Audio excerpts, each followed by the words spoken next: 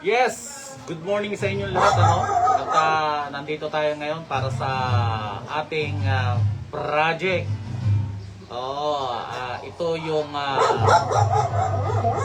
working table na kapartner ng ginawa kong stove table, ano? So, late na sinabi sa akin, kaya ito, minamadali ngayon. At ito, nagawa ko na siya kahapon at tinapos ko ngayong umaga.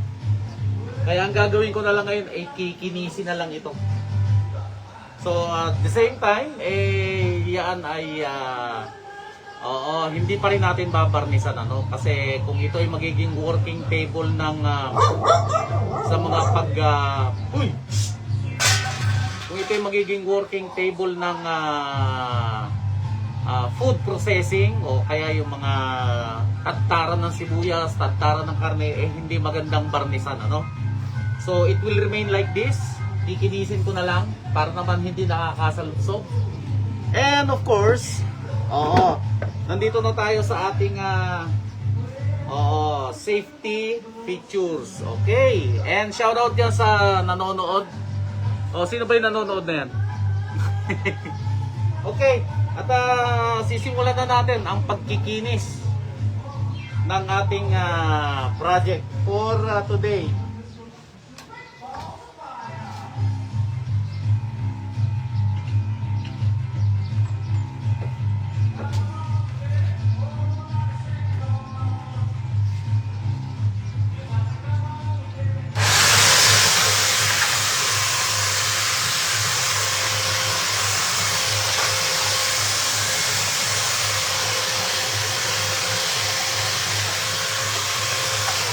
Definitely, ganito makikita nyo maghapon. So,